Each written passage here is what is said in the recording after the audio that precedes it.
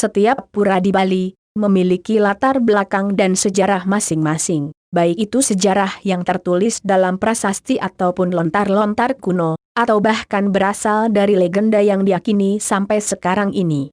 Seperti halnya sejarah Pura Tanah Lot, berdirinya pura ini berawal dari perjalanan pendeta suci yang berasal dari kerajaan Majapahit di Tanah Jawa. Beliau bernama Dang Hyang Nirarta atau Dang Hyang Dwi Jendra. Sebagai pendeta suci beliau juga seorang tokoh dalam menyebarkan ajaran agama Hindu. Dalam penyebaran agama Hindu perjalanan beliau sampai ke Pulau Lombok. Di pulau tersebut beliau dikenal dengan gelar Tuan Semeru atau Guru Semeru. Hijrahnya Dang Hyang Nirarta ke Bali tidak lepas dari runtuhnya kerajaan Majapahit. Perjalanannya ke Bali dalam rangkaian Dharma Yatra, sebuah perjalanan suci dalam penyebaran agama dan tidak akan kembali ke Jawa.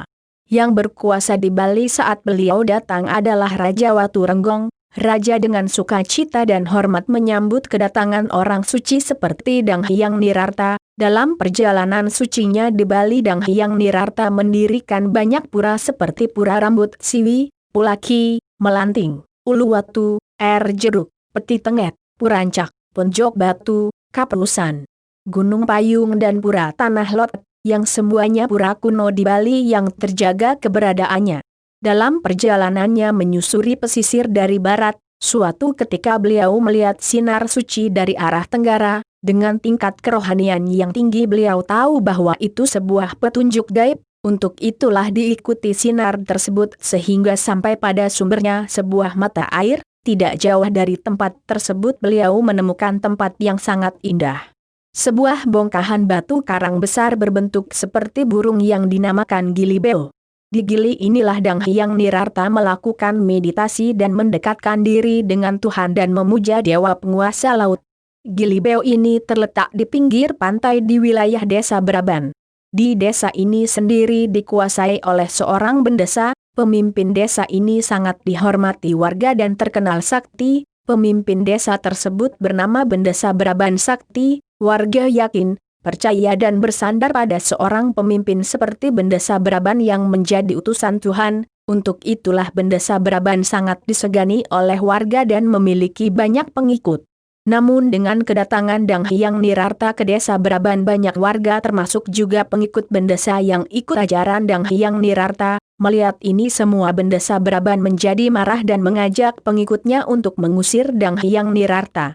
Pada saat penyerangan bendesa Braban Sakti, dengan kekuatan spiritual Dang Hyang Nirarta melindungi dirinya dari serangan bendesa dengan memindahkan batu karang besar Gilibeo ke tengah pantai dan dengan selendangnya menciptakan banyak ular berbisa di sekitar batu karang tersebut yang berfungsi sebagai pelindung. Sampai sekarang keberadaan ular laut tersebut masih bisa ditemukan, warnanya hitam dengan belang-belang kuning dan berekor pipih. Ular ini diyakini sebagai penjaga pura siap menyerang dan mengganggu keberadaan pura, sedangkan bongkahan batu karang tersebut dinamakan Tanah Lot yang akhirnya didirikan sebuah tempat suci bernama Pura Penataran Luhur Tanah Lot. Menyaksikan kesaktian dan kekuatan spiritual Dang Hyang Nirarta, Bendesa Braban menjadi kagum dan akhirnya menjadi pengikut setia sang pendeta dan ikut membantu penyebaran agama Hindu kepada warga setempat. Sebagai tanda jasa sang bendesa dalam membantu penyebaran agama, maka sang pendeta memberikan sebuah keris bernama keris Jara Menara atau keris Ki Baru Gajah. Sampai saat ini keris tersebut masih tersimpan dengan baik di Puri Kediri, keberadaannya dikeramatkan serta diupacarai setiap hari raya Kuningan. Keris tersebut memiliki tuah menghilangkan segala jenis penyakit pada tanaman. Di kawasan Pura Tanah Lot terdapat sejumlah pura lainnya seperti Pura Pekendungan, Pura Batu Bolong, Pura Penataran, Batu Mejan, Anjung Dalu dan Jero Kandang. Piodalan ataupun puja wali yang dilakukan di Pura Tanah Lot setiap 6 bulan sekali sesuai penanggalan Bali setiap 210 hari, pada hari Buddha, Rabu, Colangkir, tepat 4 hari setelah Hari Raya Kuningan. Pada saat puja wali tersebut umat Hindu dari berbagai daerah di Bali akan datang untuk bersembahyang ke sini. Demikian sejarah atau legenda yang diyakini warga sebagai latar belakang berdirinya Pura Penataran Luhur Tanah Lot. Pura ini terletak di Desa Braban, Kecamatan Kediri, Kabupaten Tabanan.